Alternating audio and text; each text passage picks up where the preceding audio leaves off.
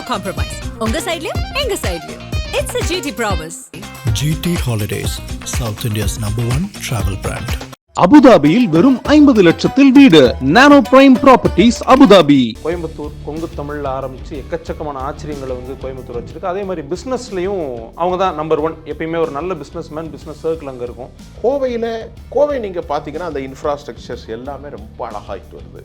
இன்றைக்கு சென்னையை விட கோவையில் புறநகர் பகுதியிலே ஒரு ஸ்கொயர் ஃபீட்டுடைய ரேட்டு ஒரு 3000 ரூபா 4000 ரூபா போகுது. அவுட்டர் கோயம்புத்தூரில் சிட்டிக்குள்ளெல்லாம் 14000 18000 அப்படி போகும். சென்னைக்கு ஈக்குவல் மட்டும் இல்லாமல் மக்கள் அங்கே வாழ்கிறதுக்கு விருப்பப்படுவதற்கு காரணம் கோவையை பொறுத்தவரை மோட்டர் மற்றும் பம்ப் செட்டு, இந்த பம்பு இதெல்லாம் செய்கிறதில்ல, கிரைண்டர் செய்கிறதில்ல, மிக்சி ரிவைண்டிங் செய்கிறது, இம்போர்ட் அண்ட் எக்ஸ்போர்ட்ஸ்.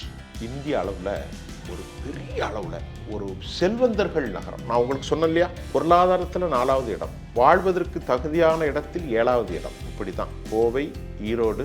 சுற்றுலா தலங்கள் என்ன அழகாக இருக்குது, ஊட்டி, கோவை, மேட்டுப்பாளையம், பிரமாதமான ஊர்கள், அழகான ஊர்கள், எழில் நிறைந்த ஊர்கள். இன்னைக்கு எல்லா இன்வெஸ்டர்ஸும் கோவை நோக்கி தான் வர்றாங்க. ரியல் எஸ்டேட்டு சென்னைக்கு சமமாக போயிட்டு, அப்போ எல்லா பொருளுமே அங்கேருந்து வந்திருக்கு. அது மாதிரி பம்ப் செட்டு, பம்புகள், கிரைண்டர், மோட்டருடைய accessories, electronics, wire, rewinding, coil சுத்துறது, காட்டன், பருத்தி ஆடைகள், மஞ்சள், தலவாய் சாமான்கள், உணவுப் பொருட்கள், அரிசி வகைகள், நீராதாரங்கள், சுற்றுலா தலங்கள், கல்வி நிலையங்கள், மிகச்சிறந்தவர்கள், கார் ரேஸில் கொண்டு வந்து கோவை தான். 50க்கும் மேற்பட்ட உலக நாடுகளில் 100 கோடிக்கும் அதிகமான ஆகாயம் தமிழ் பார்வையாளர்களுக்கு பேரன்பும் திருநன்றி. ஆகாயம் நேயர்களுக்கு வணக்கம்.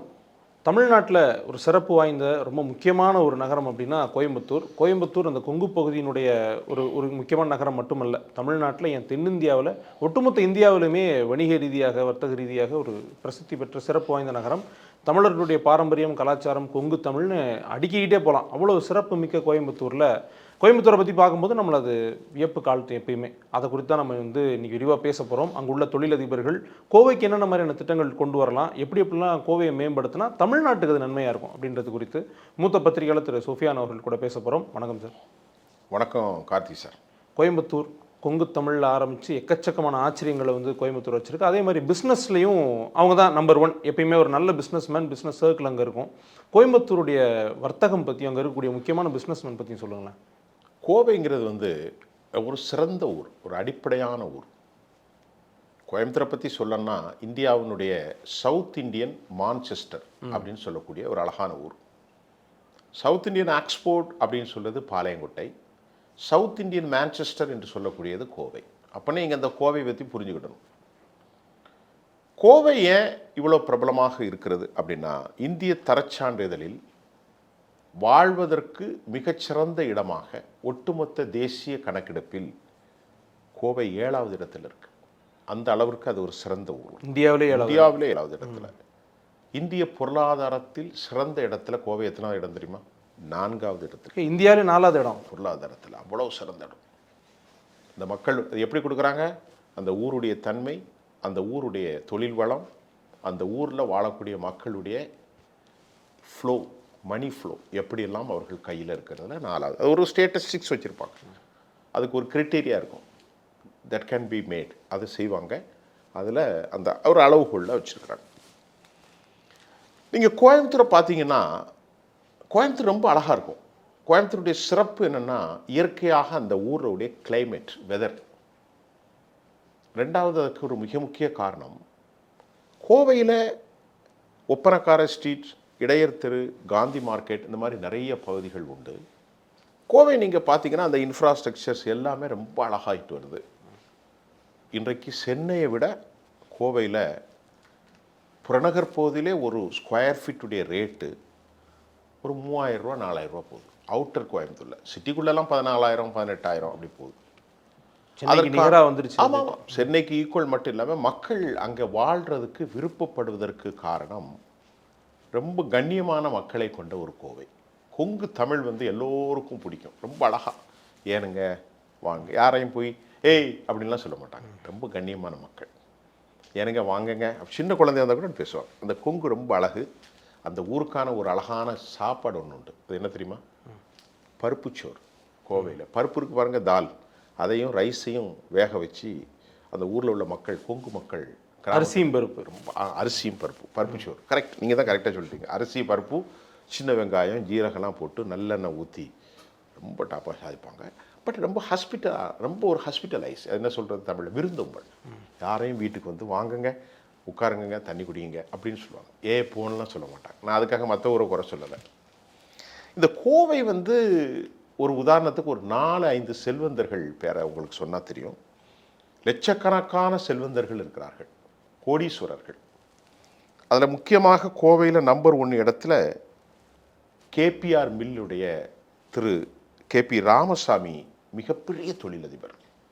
அவருடைய சொந்த ப்ராப்பர்ட்டி வந்து 27,000 கோடிக்கு மேலே, 27,500 கோடிக்கு மேலே அவருடைய சொத்து. இப்போ எவ்வளோ பெரிய ஆளாக இருப்பார் பாருங்க.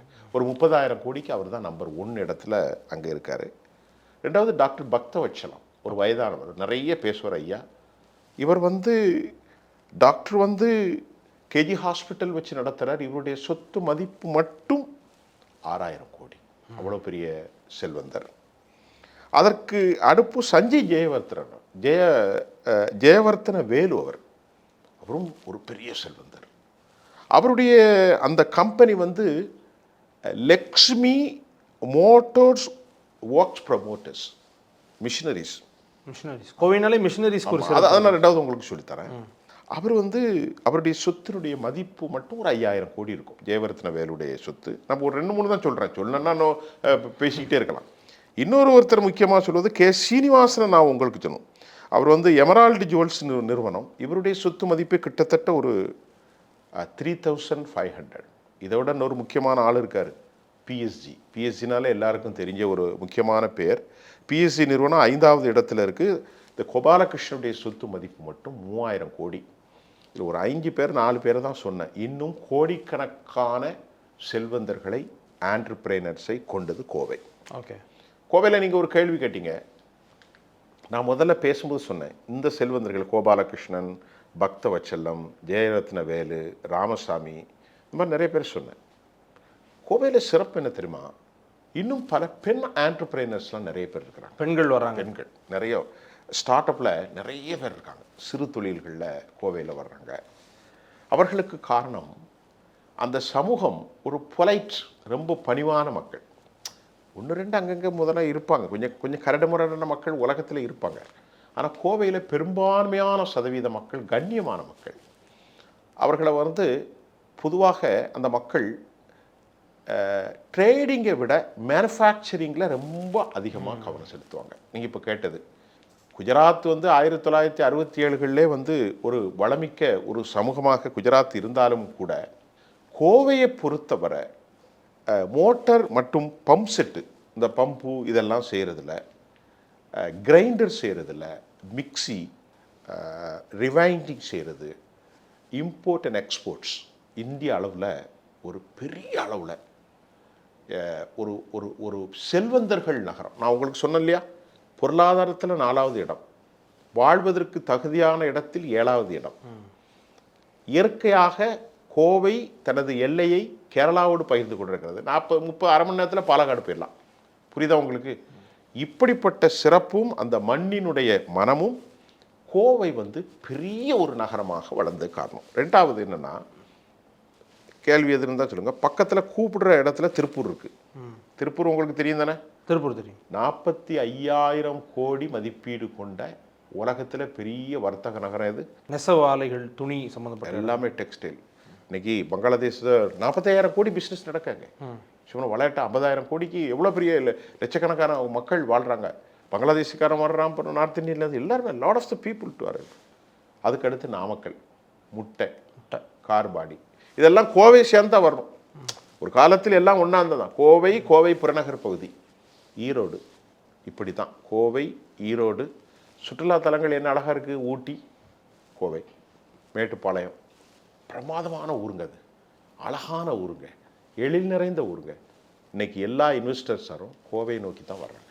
ரியல் எஸ்டேட்டு சென்னைக்கு சமமாக போயிட்டு, சென்னையை விட அவுட்டரில் 2,500-3,000 பாருங்களேன். அவுட்டர் இப்போ நமக்கு சென்னையில் பூந்தமல்லி இருக்குது பாருங்கள். அதே மாதிரி கோவையிலேருந்து ஒப்பனக்காரஸ்ரீ, இடையர்விலேருந்து ஒரு 14 கிலோமீட்டர்லேயே 3,000, 2,500. இப்போ மக்கள் லாட் ஆஃப் த பீப்புள் எக்ஸ்பெக்டிங்ஸ் மோர். அடுத்து வருவாங்க. இப்போ பெங்களூர் எப்படி இந்தியாவில் அதிகமாக இருக்குது? என்ன காரணம்? அந்த வெதர். இந்தியாவில் number 1 Maharashtra, foreign direct investment. Number 2 என்னது? கர்நாடகா. நம்பர் 3 டெல்லி, குஜராத். 5வது இடத்துல நாம் இருக்கோம். அப்போ நம்ம ஃபாரின் டைரக்ட் இன்வெஸ்ட்மெண்ட்டில் கம்மியாக தமிழ்நாடு இருந்தாலும் பெங்களூருக்கு ஏன் போகிறாங்க அப்படின்னு கேட்டால் அந்த வெதர். அது ஒரு ஃபேக்டராக இருக்க தான் செய்யுது இல்லை சார் இன்வெஸ்ட்மெண்ட்டுக்கு. நினைப்பாங்களே நல்ல வெதரில் இருக்குன்னு நினைப்பாங்களே. இப்போ மொரீஷியஸ்லேருந்து, யூஎஸ்லேருந்து, யூரோப் நாடுகள்லேருந்து, யூகேலேருந்து நிறைய பேர் வர்றாங்க. அவங்களுக்கு வந்து ஹாட் ரொம்ப கிளைமேட் பிடிக்காது. கோயம்புத்தூர் சில்லுன்னு இருக்கும், ரொம்ப நல்லாயிருக்கும். ஒரு 33 டிகிரி செல்சியஸ் அப்படி இருக்கும். இன்றைக்கி கார்பன் எமிஷன் அது மாதிரி விஷயத்தில் கோயம்புத்தூர் கொஞ்சம் ஹாட்டாக ஆயிருக்கலாம்.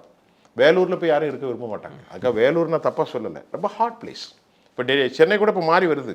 இப்போ கடுமையான அந்த சூடு இல்லை, இப்போ கொஞ்சம் குறவு தான். அவங்க கோவைக்கு அது ஒரு காரணம்.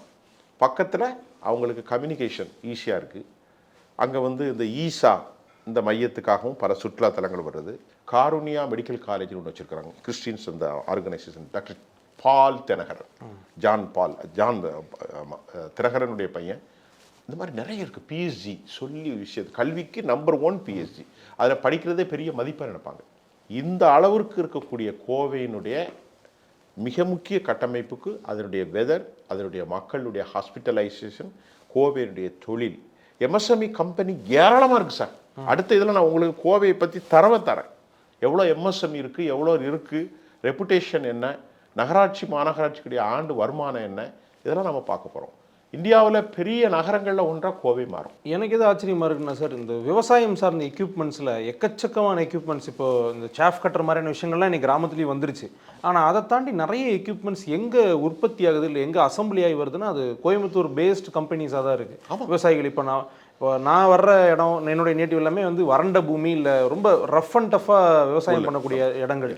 கோயம்புத்தூர் பார்க்கும்போது அதிகப்படியாக இன்னும் நேட்டிவாக வந்து குதிரை வச்சுருக்கிறாங்க, மாட்டு வண்டி வச்சுருக்கிறாங்க, வீடுக்கு வந்து நாய் வளர்க்குறது, சேவல் வளர்க்குறது, இப்படி அவங்களுடைய நேட்டிவிட்டி கலாச்சாரம் வந்து ரொம்ப முக்கியமான ஒரு பங்கு வகிக்குது. அதுக்கு காரணம் என்னென்னா அந்த மக்கள் கடுமையான உழைப்பாளிகள். நல்லா கவனிங்க, கொங்கு மக்கள் இருக்கிறாங்க பாருங்கள், நல்ல ஹார்ட் ஒர்க்கர்ஸ். இன்னைக்கு தமிழ்நாட்டில் இருக்கக்கூடிய அந்த நான் சொல்கிறது கோவையும் கோவை புறநகர் உள்ள மாவட்டங்களும் சொல்கிறேன். இப்போ நீங்கள் திருநெல்வேலி எடுத்துக்கிட்டிங்கன்னா திருநெல்வேலி மட்டும் இருக்கக்கூடாது, பக்கத்தில் தூத்துக்குடி எடுத்துக்கலாம், நீங்கள் சொல்கிற மாதிரி தென்காசி எடுத்துக்கிடலாம், சங்கரன் கோயில் எடுத்துக்கிடலாம், அம்பாசமுத்திரம் எடுத்துக்கிடலாம், திருச்செந்தூர் எடுத்துக்கிடலாம், கோவில்பட்டியில் கடலை மிட்டாய், கயத்தாறு எடுத்துக்கிடலாம், ஜங்ஷன் எடுத்துக்கிடலாம், டவுன் எடுத்துக்கிடலாம், குற்றாலம் எடுத்துக்கலாம். இப்படி ஒரு சுற்றுப்பகுதி தான் பேசுவோம், ஒரு ஹப்பு. அதானே அப்படிதான். ஆனால் அது எல்லாமே நெல்லை மாவட்டம் தான், வள்ளியூர் வரைக்கும் நெல்லை மாவட்டம் தான். நேசமணி நேசமணி வர காட்டியும். இப்பொழுது பிரிஞ்சு தூத்துக்குடி மாவட்டம் தனியாக போயிட்டு, நெல்லை தனியாக இருக்குது, விருதுநகர் தனியாக இருக்குது, விருதுநகரி ஜவுளி பூங்கா, அது மாதிரி கோயில்பட்டி தனியாக இருக்குது, கடலை மிட்டாய் போன்றவைகள், சிறுகுறியில் பட்டாசு சாலைகள்லாம் கோயில்பட்டியில் இருக்குது, சிவகாசி இந்த பக்கம், இதெல்லாம் வந்து நெல்லை மாவட்டம் தான். அந்த காலத்தில் ராமநாதபுரம் மாவட்டம் தான். அது மாதிரி கோவையில் இருக்கக்கூடிய அந்த நீங்கள் இப்போ கேட்டதுக்கு காரணம் அந்த மக்கள் வந்து கடுமையான ஹார்ட் ஒர்க்கர்ஸ். அது மட்டும் நல்ல இன்டெலிஜென்ஸ், ஐக்யூ ரொம்ப கூட, பெர்ஃபெக்ஷன் நல்லாயிருக்கும். இன்னைக்கு கூட எனக்கு நிறைய நண்பர்கள் உண்டு, கோயம்புத்தூரில் உள்ளவங்க நிறைய பேர் கம்பெனி வைக்கிறாங்க, மேனுஃபேக்சரிங் ஹப்பு, நல்ல ட்ரேடிங்ஸு, ரீட்டெயில்ஸ் அண்ட் ஹோல்சேல். நீங்கள் பாருங்களேன், தமிழ்நாட்டில் சொல்லிக் கொள்ளக்கூடிய அவ்வளவுமே கோவை ஹப்பாக தான் இருக்கும். இப்போ ராமராஜன் எடுத்துக்கிடுங்க, முதல்ல சக்தி மசாலான்னு ஒன்று, அதையும் சொல்லித்தான் ஆகணும். அவங்க அந்த ப்ராடக்டை மக்களுக்கு தமிழ்நாட்டில் ஈஸியாக படுத்துனாங்க. ஒரு பாக்கெட்டு 5 ரூபா 4 ரூபா. இன்றைக்கி வேறு மசாலாலாம் வந்திருக்கு. இன்றைக்கி அவங்களுக்கு போட்டியாக ஆச்சி மசாலா கொண்டு வந்திருக்கிறாங்க. அவங்க திருநெல்வேலி நாசரத்தினுடைய ஜெய்சிங் நாடார் அவருடைய கல்லூரி. நாங்கள் 2 பேரும் ஒரே கல்லூரியில் தான் படித்தோம். எனக்கு அவர் சீனியர், மதுரை காமராஜ் யூனிவர்சிட்டியில் படித்தாங்க. அப்போ எல்லா பொருளுமே அங்கேருந்து வந்திருக்கு. அது மாதிரி பம்ப் செட்டு, பம்புகள், கிரைண்டர், மோட்டர்களுடைய accessories, electronics, wire, rewinding, coil சுற்றுறது, காட்டன், பருத்தி ஆடைகள், மஞ்சள், தலவாய் சாமான்கள், உணவுப் பொருட்கள், அரிசி வகைகள், நீராதாரங்கள், சுற்றுலா தலங்கள், கல்வி நிலையங்கள், மிகச்சிறந்தவர்கள், கார் ரேஸில் கொண்டு வந்தது கோவை தான். லட்சுமி மில்லு அவங்க தான். ஸ்பின்னிங் மில்லு, ஜின்னிங் மில்லு எல்லாமே கோவை தான். நான் இப்போ சொல்லலை, டாக்டர் ஜிடி நாயுடு இருக்கார, அவருடைய ஊரும் கோவை தான். இப்படிப்பட்ட ஒரு சிறப்புங்க கோவைக்கு, புரியுதா? அப்போ ஏற்பட்ட சிறப்பு இன்னைக்கு ஒரு அமைதி மண்டலமாக வந்து விட்டது. புரியுதா உங்களுக்கு? அது நிச்சயமாக அது ஒரு அமைதியான மண்டலம் தான். அது அமைதியாகத்தான் தொடரணும். கோவையினுடைய வளர்ச்சி ஒட்டுமொத்த தேசத்தின் வளர்ச்சி, கோவைக்கு மட்டுமல்ல. கோவையினுடைய வளர்ச்சி அந்த கணக்கில் பாருங்கள், இந்தியாவில் 7வது இடம்னு பார்த்துட்டிங்களே, இதில் சிறந்த வாழ தகுதியான இடத்துல 7வது இடம். அப்போ வாழ தகுதியான இடம் எப்படி கொடுப்பாங்க? அந்த நகரத்தினுடைய இன்ஃப்ராஸ்ட்ரக்சர், அந்த நகரத்தினுடைய security, law and order situation, நகரத்தினுடைய கல்வி அமைப்பு, நகரத்தினுடைய சீதோசன நிலை, communication, commuters easy to commute to the place, பயணிக்கக்கூடிய அமைப்புகள், எல்லா விஷயத்திலும் கோவை சிறப்பு சிறப்பு சிறப்பு தான் சார். கடைசியாக ஒரு கேள்வி ஒன்று என்ன அப்படின்னா, எனக்கு நம்ம பேசும்போது நிறைய விஷயங்கள் ஆச்சரியமாக இருக்குது கோவையை பற்றி. அதில் என்னென்ன அப்படின்னா, இப்போ மாடர்ன் கார்ஸ், மாடர்ன் டெக்கு, நீங்கள் சொன்ன மாதிரி எம்எஸ்எம்இஸ், இப்படி எல்லாமே அடிக்கிட்டே போகலாம் சார் கோவையில். இன்னொரு பக்கம் நேட்டிவிட்டி வந்து அப்படியே பேலன்ஸ் பண்ணுறாங்க. இன்னுமே வந்து கோயம்புத்தூர் போனால் பசுமாடு வச்சு விவசாயம் பண்ணுறாங்க, காங்கேய மாடு வச்சுருக்கிறாங்க, சேவல் வளர்க்குறாங்க, விவசாய நிலம் வச்சுருக்கிறாங்க. அது எப்படி சார் இந்த பேலன்ஸ் உங்களுக்குள்ளே இருந்துகிட்டே இருக்குது? அதுதான் சார் கலாச்சாரம். இப்போ நீங்கள் ரொம்ப அழகாக கேட்டேன், ரொம்ப அழகாக அற்புதமான கேள்வி. இப்போ வந்து இன்னெவிட்டபிள், அதாவது என்ன சொல்கிறது தமிழில், தவிர்க்க முடியாத ஒன்று உண்டு கார்த்தி. சில விஷயங்களை நம்ம தவிர்க்க முடியாது. இப்போ இன்னைக்கு திருமண உறவுகளும் குடும்ப உறவுகளும் சீரழிந்து கொண்டு வருகிறதுன்னு ஒரு கவலை இருக்கிறது. அந்த காலத்தில் சித்தப்பா பெரியப்பா பிள்ளைகள்லாம் ஒரு வீட்டில் இருப்போம். நான் சொல்கிறது 100 வருஷத்துக்கு முன்னாடி. ஒரு பெரிய சட்டியில் சாப்பாடாக்குவோம், வீட்டில் பால் இருக்கும், பால் கறப்போம், நிறைய கோழி இருக்கும், குஞ்சு குச்சி இருப்பாங்க, நல்ல சிறந்த செல்வங்களாக ஆடு மாடு இருக்கும், வயல்வெளிகள் இருக்கும், வயல்களில் போடக்கூடிய பச்சை பசீரெண்டு காய்கறிகள், தேங்காய், புடலங்காய், வெண்டைக்காயெல்லாம் வந்து நம்ம கிராமத்தோட்டங்கள்லேருந்து வரும். இன்றைக்கு அந்த நாகரிகமும் இல்லை. இன்றைக்கு பிள்ளைகள்லாம் பிரிஞ்சுட்டாங்க. ரொம்ப வருத்தம் என்ன தெரியுமா கார்த்தி, பிரதர்ஸுக்குள்ளே அவங்களுடைய பிள்ளைகளுக்கு, அதாவது 2 பேரும் அண்ணன் தம்பியாக இருக்கிறாங்க, 2 பேரும் அண்ணன் தம்பிக்குடைய பிள்ளைகளுக்குள்ள கான்டாக்ட். அது ரொம்ப ஒரு கவலைக்குரிய ஒரு விவகாரம். அதுக்கு காரணம் ரொம்ப மனசு வலிக்குது. நான் 2 பேர், நீங்கள் என் தம்பி, நான் என் அண்ணன், உங்கள் பிள்ளைக்கும் என் பிள்ளைக்கும் கான்டாக்ட் இல்லைன்னா அது ரொம்ப ரொம்ப மன வலி. அது மாதிரிலாம் இருக்கக்கூடாது. பொதுவாக இந்த நாட்டில் பரபரக்கக்கூடிய ஒரு தேசத்தில் நிறைய வியாதி வருது. இன்றைக்கி பெண்களுக்கு நீங்கள் எடுத்துக்கிட்டால் கர்ப்பப்பையில் ஏறப்பட்ட பேர்களுக்கு கேன்சர். நான் இந்தியாவில் ஒரு ஸ்டாட்டிஸ்டிக்னா ஜுவாலஜி படித்ததுனால இந்தியாவில் ஒரு பார்க்குற போது நிறைய பேருக்கு மனோவியல் உளவியலான தாக்கங்கள், டிப்ரெஷன், மேனிக், காரணம் வாழ்வியல் முறை. இன்றைக்கி எப்போ பார்த்தாலும் என்ன நினைக்கிறோம், ஒரு திருமணத்துக்கு போனால் பையன் 1 லட்ச ரூபா சம்பாதிக்கிறானா, என்ன ப்ரொஃபஷனில் இருக்கான், ஐடியில் இருக்கான். என்ன ஐடி, காலையில் 8 மணிக்கு போனால் ராத்திரி 10 மணிக்கு வரணும். இப்படியே நீங்கள் 10 வருஷம் வேலை பார்த்தா அவ்வளோதான். மென்டலி டிப்ரெஸ் ஆகிடுறாங்க. So because of the change in the world, the life style has to be change. வாழ்க்கையினுடைய சித்தம் மாறுகிற போது நம்முடைய பழக்கவழக்கம் கன்சியூம் மாறுறது. வெந்ததை திண்டு விதி வந்தால் சாதல் என்பதே மேல் மாதிரி நார் ஃபுட்டு சாப்பிட்றதில்ல, நல்ல பாரம்பரியமான ஃபுட்டு சாப்பிட்றதில்ல. ஏதோ ஒன்று பர்கர், பிச்சா, நீ சொல்கிறனால வடிவேல் சொன்ன மாதிரி பர்கர் இருக்கா, பிச்சா இருக்கா, அந்த மாதிரி எதாவது ஒன்று சாப்பிட்றது. ரெஸ்ட்லெஸ் ஒர்க், நைட் டியூட்டிலாம் வாழ்வியலில் இந்தியர்கள்ட்ட கிடையாது. இந்திய சமூகத்தில் நைட் டியூட்டி எங்கே இருக்குது? காலையில் அதிகாலை எழும்புவாங்க. As early they go to bed. ஏர்லியாக போயிடுவாங்க. 8 மணி 9 மணிக்கெலாம் போயிடுவாங்க. 4:30 மணிக்கெலாம் எழுப்பிடுவாங்க. 1 மணி நேரம் நடப்பாங்க, கமலையில் தண்ணி இறைப்பாங்க, தோட்டங்களில் சிறுகீரைகள் போடுவாங்க, நவதானியங்களை பயிரிடுவாங்க, நெற்கள், கை குத்தலரிசி சாப்பிட்டாங்க. அப்படிப்பட்ட சமூக முறையில் நீங்கள் சொன்னோன்னே கரெக்டாக பேலன்ஸ் பண்ணுற ஊர் இந்தியாவில் கோவை. அந்த அளவுக்கு இல்லாவிட்டாலும் அதில் ஒரு சிறு பகுதியாவது நீங்கள் சொன்ன மாதிரி சின்ன கோழி வைத்துக்கொள்வது, அதில் கிடைக்கிற முட்டைகள் எடுத்துக்கொள்வது, ஒரு பசுமாடு வச்சிருது, வயனுங்க வீட்டில் சாப்பிடுங்க அப்படின்னு சாப்பிடுது. பருப்பு சோறு கூட அதுதான். இந்த பிச்சா சொன்ன மாதிரி, வடிவேல் சொன்ன மாதிரி பிச்சா இருக்கா, பர்கர் இருக்கான்னு அதை டாமினேட் பண்ணாலும் இன்றைக்கும் கோவையில் அரிசியும் பருப்பு தான். அரிசியும் பருப்பு இன்னைக்கு இருக்கும். அவங்க மாறலையே. இன்னைக்கு அன்னபூர்ணா போன்ற ஹோட்டல்கள்லாம் இருக்கா இல்லையா, இன்னைக்கு கோவையினுடைய அடையாளமாக இருக்கா இல்லையா, எவ்வளோ இருக்கே. மாறலை. அது மாறக்கூடாது.